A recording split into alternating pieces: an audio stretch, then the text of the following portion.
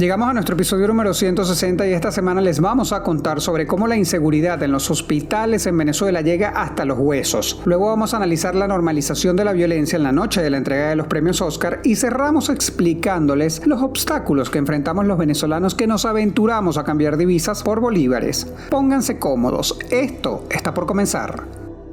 Bienvenidos a 3 en 1, tu suplemento informativo semanal con todo lo que necesitas saber de los portales Runrunes, Tal Cual y El Pitazo. A partir de este momento queremos invitarte a que disfrutes en los próximos minutos de los reportajes más destacados en estos 3 medios digitales.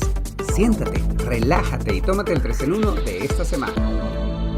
¿Qué tal? Espero que estén muy bien. Desde este lado les saludo una vez más, Luis David Miquilena, y es un gusto para mí darles la bienvenida al episodio número 160 del 3 en 1, un condensado de información que preparamos para todos ustedes y que trae lo mejor de los portales Runrunes, Tal Cual y El Pitazo.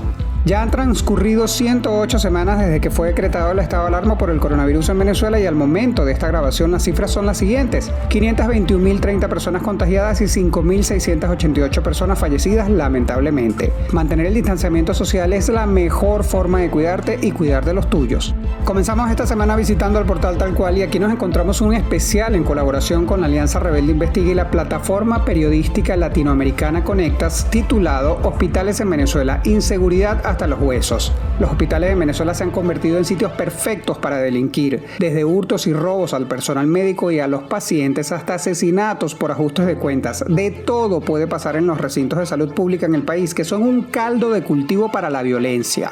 A este terrible flagelo se le suma el deterioro en el que se encuentran a nivel de infraestructura y dotación de insumos y no se escapan de la crisis de servicios públicos y la desidia de un Estado que los ha dejado en el más palpable abandono.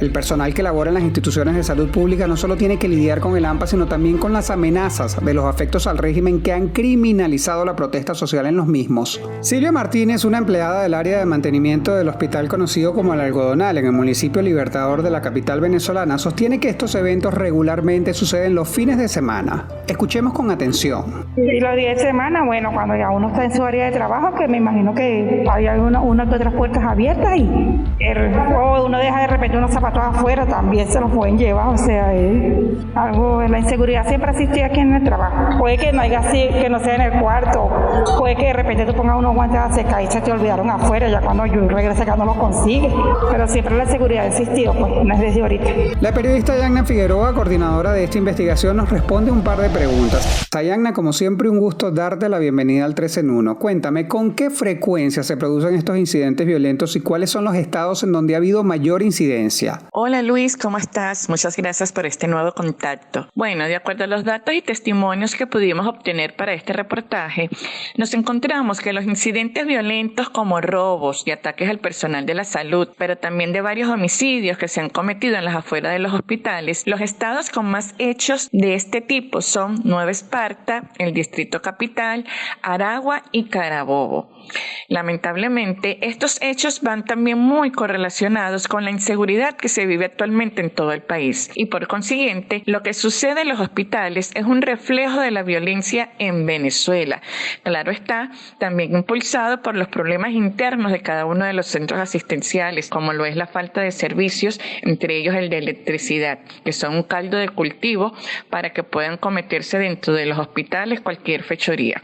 Recordemos también que ahora existen bandas armadas que están cometiendo toda clase de delitos y que los centros asistenciales donde atienden enfermos y salvan vidas deberían ser intocables, pero lamentablemente no es así. ¿Y quiénes son los que roban y atacan a los hospitales y al personal que trabaja en ellos? Bueno, Luis, en primer lugar tenemos que los delitos son cometidos por delincuentes comunes, los cuales ingresan a los hospitales para robar las pertenencias personales de los médicos, enfermeros y hasta de los trabajadores de limpieza, pero también roban a los pacientes. Sin embargo, hemos visto que funcionarios policiales y efectivos de la Guardia Nacional, en complicidad interna con trabajadores del hospital, han cometido robos. Recordemos que en el hospital militar ingresaron 2 veces en apenas un año para robar equipos médicos y en esos eventos estuvieron involucrados funcionarios policiales y militares. En cuanto a los ataques al personal de salud, tenemos que muchos de ellos son cometidos por familiares de los pacientes, quienes quienes les exigen salvarle la vida, pero que esto se ve muchas veces con las manos atadas porque no cuentan con los insumos para ello. Pero también vemos que hay actos de amedrentamiento contra el personal de la salud cuando protestan para exigir mejoras, muchas veces cometidas por personas afectas al oficialismo o que integran los grupos colectivos, y hasta los propios directores de los hospitales que ordenan el despido del médico o de aquella enfermera que manifieste su inconformidad con la situación precaria de los hospitales. Muchísimas gracias, Ayanna. Quiero hablarte de nuestra nueva propuesta, el News, un boletín informativo semanal producido por la Alianza Rebelde. Aunque la realidad sea seria, siempre va a tener un ángulo divertido y el News te trae las claves de las noticias de la semana con memes, GIFs, trivias y todos los contenidos necesarios para que le sigas la pista a la Venezuela que no se está arreglando, pero en donde la gente busca pasársela bien. Todos los miércoles en tu correo electrónico vas a recibir nuestro boletín y lo que tienes que hacer es muy sencillo, suscribirte en www.elnews.com. Te mostramos las noticias sin complicaciones, una nueva manera de informarte. El News, el boletín informativo que llegó para quedarse. Le toca el turno ahora al portal runrun.es. Aquí nos encontramos una RR Plus que se titula Normalización de la violencia fue la más premiada en la noche de los Oscar. El protagonismo que debieron tener películas como Coda, El poder del perro o Duna en la gala del séptimo arte en la noche del pasado 27 de marzo fue arrebatado por la sonora cachetada que le propinó Will Smith al comediante Chris Rock, luego que este hiciera un chiste sobre la alopecia de su esposa, la también actriz Jada Pinkett Smith. En este reportaje, psicólogos, defensores de derechos humanos, abogados y hasta comediantes desmenuzaron el episodio de violencia y concluyeron que la misma está normalizada en los grandes eventos de televisión. Los especialistas sostienen que cuando el humor se usa desde una posición de poder para afectar a personas en desventaja, ya se convierte en un ejercicio de abuso. Al respecto, el humorista venezolano Víctor Medina, conocido como Nanutria, sostuvo que ningún chiste, por muy subido de tono que sea, justifica la violencia física. Escuchemos con atención. Estoy seguro que un comediante profesional de la talla de Chris Rock, de saber eso, no hubiese hecho ese chiste. Si el chiste cayó mal o no, eso es otra discusión. De hecho, es evidente que cayó mal, pero primero, no fue personal hacia ella porque para eso lo contrataron. Era contrate, haga chistes acerca de todos. Los hizo. De hecho, cuando le meten la cachetada, él dice, es un chiste G.I. Jane, que G.I. Jane es la versión femenina de los G.I. Joe, de soldados, y viene de una película también que es una soldado que se rapa el pelo. Valeria Pedicini, la autora de este trabajo, nos va a responder un par de preguntas al respecto. Valeria, bienvenida, siempre es un placer tenerte acá en el 3 en 1. Cuéntame, vivimos en una sociedad marcada por la violencia, incluso protagonizada por las grandes estrellas del show business. Hola Luis, qué gusto estar de nuevo en el 3 en 1, un saludo para ti y para la audiencia. Con respecto a tu pregunta, según especialistas consultados para este reportaje, sí, vivimos una sociedad marcada por la violencia y que no es exclusiva a la premiación, y el ejemplo perfecto es que en esa semana de la gala de los Oscar ocurrieron otros hechos violentos. En Caracas, en un concierto, una mujer escolta de una magistrada del TCJ sacó un arma y golpeó a varios asistentes. En un bar, un funcionario del CICPC amenazó de muerte a un civil. Y desde hace más de un mes, Rusia desató una guerra contra Ucrania. Entonces sí, las violencias parecen estar rampantes. Y lo digo en plural porque no son de un solo tipo. En los Oscar vimos violencia física, violencia verbal, que se pudiera traducir en violencia psicológica, violencia estética y violencia de género. El psicólogo y analista social Leoncio Barrios comentaba que se le enseñó a la gente que a través de la agresión y de la violencia nos divertimos. Hemos aprendido a degustarlas y que esto ocurre en un contexto como el de los premios Oscar, donde es natural y forma parte del show de la vida, de hacer de la violencia al otro un espectáculo. Barrios explicaba que esta normalización de la violencia se aprende desde la infancia, en los primeros años de socialización, y que esta violencia se puede ver en las dinámicas cotidianas, de pareja, de amistad y laborales. Y hay límites para el humor, llegó el tiempo de hacer humor políticamente correcto. Esta es una discusión que siempre surge y al final es muy difícil dar una respuesta de si existe o no límites para el humor porque hay que tener en cuenta varias cosas. Laureano Márquez, un referente en Venezuela del humor y la comedia, comentaba en una entrevista que el humor sí tiene límites y que él mismo se limita a decir ciertas cosas. Pero ¿quién pone estos límites? Él comentaba que se le hace difícil asimilar que venga alguien a ponerle límites sobre qué puede decir y qué no.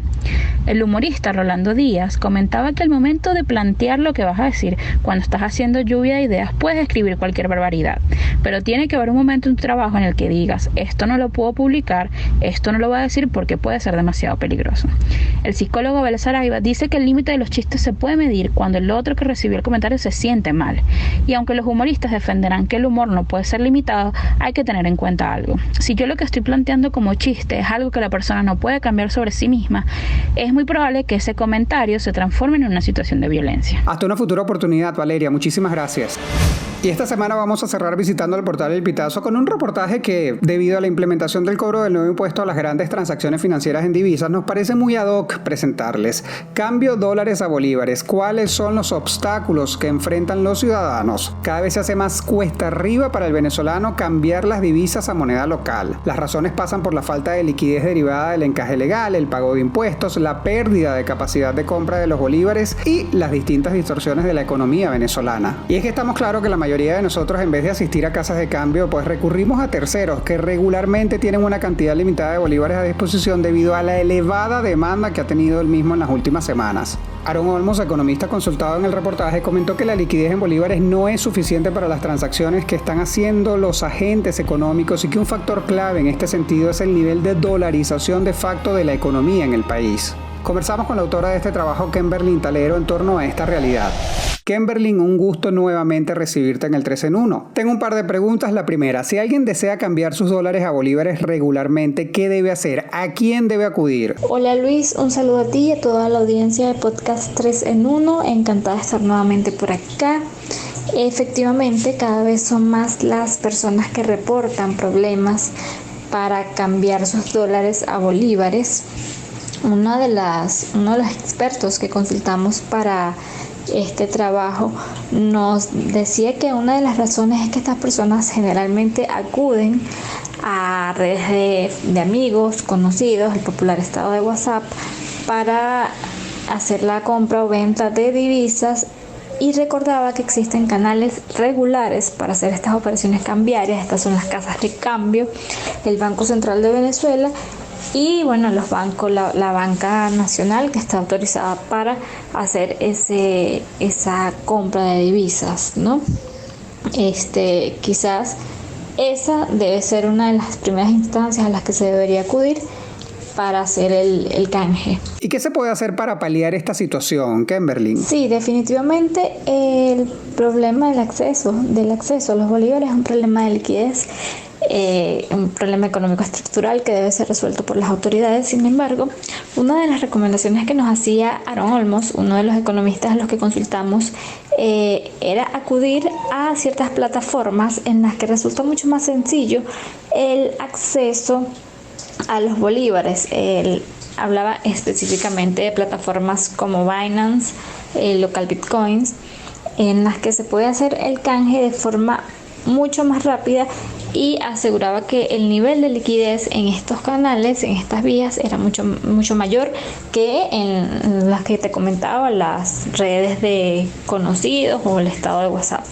Y una segunda opción es acudir a los operadores cambiarios autorizados, como ya te lo mencioné anteriormente, casas de cambio, banca nacional. Encantado de saludarte. Nos escuchamos muy pronto, Kimberly. Bueno, estimada audiencia, nosotros con esto cerramos el episodio número 160 del 3 en 1. Esto es todo por esta semana. Como todas las semanas, les pido por favor nos ayuden a llegar a mucha más gente, y lo que deben hacer es compartir el enlace. ¿Y cómo comparten el enlace? Pues muy sencillo. Ustedes lo que tienen que hacer es suscribirse a nuestra comunidad en plataformas como Spotify, Google Podcast, Apple Podcast, y recuerden que también estamos en las plataformas de videos YouTube. Con respecto al tema del coronavirus, a pesar de que hemos visto un descenso importante en los números, les invitamos a todos a que se cuiden y a que evitemos juntos la propagación del coronavirus. En la producción de este espacio estuvieron Yanely Fermín y Francisco Zambrano, y en la edición Abraham Moncada. Una vez más les acompañó Luis David Miquilena. Como siempre, un gusto estar con ustedes semana tras semana, y nos vamos a escuchar el próximo jueves. Hasta luego.